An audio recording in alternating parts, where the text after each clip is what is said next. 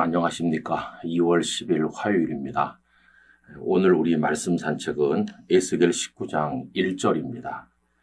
너는 이스라엘 고관들을 위하여 애가를 지어. 아멘. 이 19장은 애가로 이렇게 시작이 되고 있습니다. 여러분, 애가가 무엇입니까? 슬픔의 노래, 그것이 애가입니다. 자, 그러면 그 내용이 무엇일까요? 두 가지입니다. 오늘 말씀을 읽어보면 남왕국 유다를 암사자에 비유하고 있어요. 성경에서 사자는 대단히 용맹무쌍한 동물로서 위엄을 의미하고 또 대단한 강함을 의미하는 긍정적 이미지로 많이 등장합니다.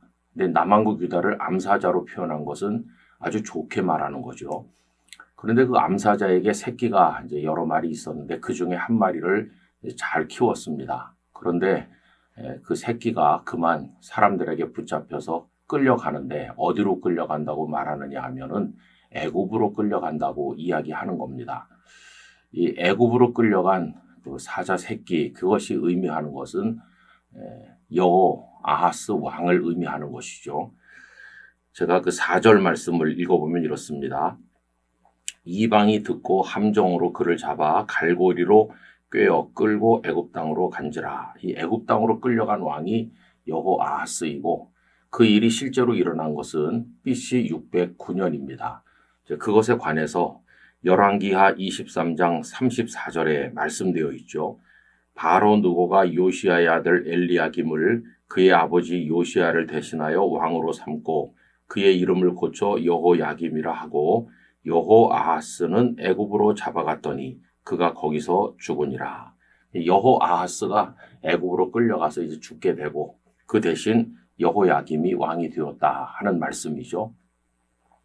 근데 오늘의 애가를 계속 읽어보면 그 이후에 그 암사자는 다른 새끼 하나를 또 키웁니다. 그런데 이번에 그 새끼는 바벨론으로 끌려간다고 얘기해요.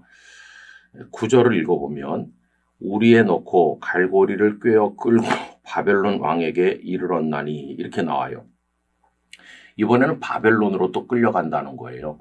이 바벨론으로 끌려간 사자 새끼가 의미하는 사람은 여호야긴 왕을 의미하는 거죠. 여호야긴이 바벨론에 끌려간 것은 BC 597년의 일로서 열왕기하 24장 15절에 그 내용이 나옵니다. 그가 여호야긴을 바벨론으로 사로잡아 가고 왕의 어머니와 왕의 아내들과 내시들과 나라의 권세 있는 자도 예루살렘에서 바벨론으로 사로잡아 가고, 이게 실제로 성취된 내용을 말씀하고 있는 거죠. 그럼 우리가 여기서 생각할 것은 이겁니다. 왜 애가를 지어 부르는가?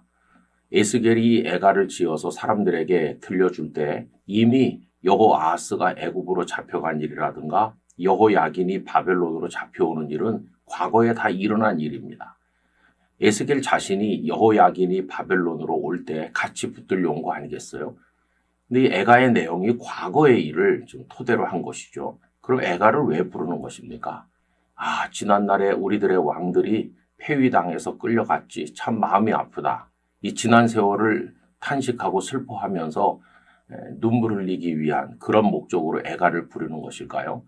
물론 애가를 부르면 과거를 생각하게 되고 탄식하게 됩니다. 그러나 그것이 애가를 부르는 목적의 전부는 아니죠. 애가는 오히려 미래를 위한 것입니다.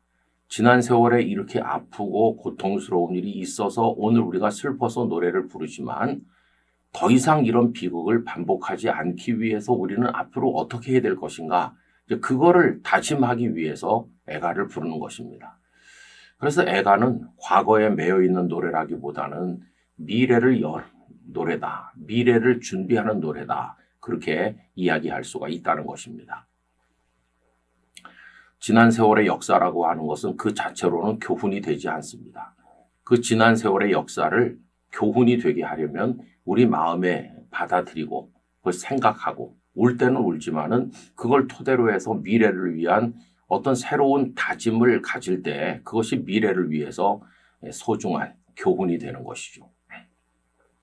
일제 36년의 아픈 교훈, 6.25 전쟁의 참상이 우리에게 주는 교훈, 또 과거에 가난했던 시절이 우리에게 주는 교훈을 마음속에 새기고 그걸 토대로 앞으로 다시는 그런 일이 반복되지 않도록 하기 위한 거룩한 결단이 있을 때 역사가 우리에게 교훈이 되는 것입니다. 여러분, 애가를 부르지 않으면서 살기를 원합니다마는 애가를 불러야 되는 비참한 상황이 온다고 할지라도 그걸로 끝나는 것이 아니라 그걸 토대로 아름다운 미래를 위한 마음을 가져야만 할 것입니다. 우리의 지난 세월의 부끄러움을 생각하면서 하나님 안에서 미래를 결단하는 지혜가 우리 모두에게 있길 간절히 바랍니다.